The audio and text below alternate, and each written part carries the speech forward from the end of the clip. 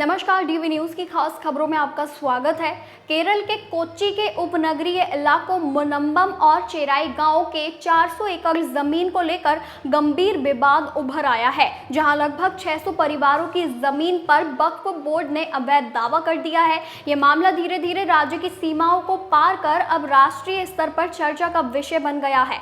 इस विवाद में मुख्य रूप से मुनम्बम, चेराई और पल्लिकाल द्वीप के इलाके शामिल हैं, जो कई दशकों से इन परिवारों की संपत्ति रही है। अब ये इलाका वक्फ बोर्ड की नजर में है, जिससे इन परिवारों को अपनी जमीन खोने का डर सताने लगा है।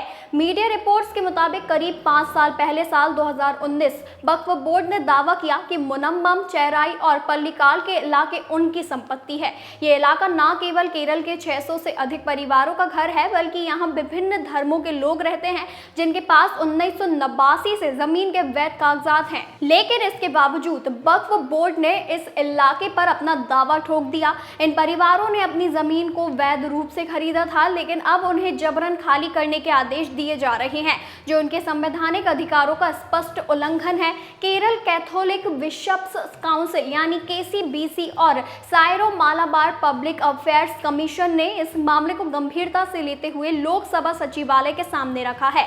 दोनों संगठनों ने सरकार से वक्फ कानूनों में संशोधन की मांग की है, ताकि इस प्रकार के अवैध दावे भविष्य में ना हो।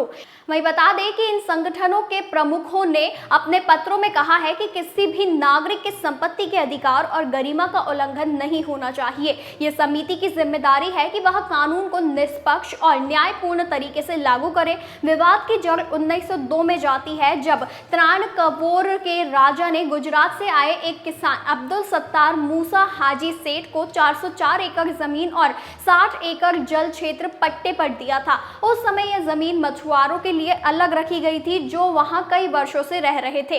1948 में सेठ के उत्तराधिकारी सिद्दीक सेठ ने यह जमीन पंजीकृत करवा ली थी। इस जमीन का एक बड़ा हिस्सा समुद्री कटाव के कारण खो गया और 1934 की भारी बारिश ने पांड्रा समुद्र किनारे की जमीन को पूरी तरह नष्ट कर दिया था।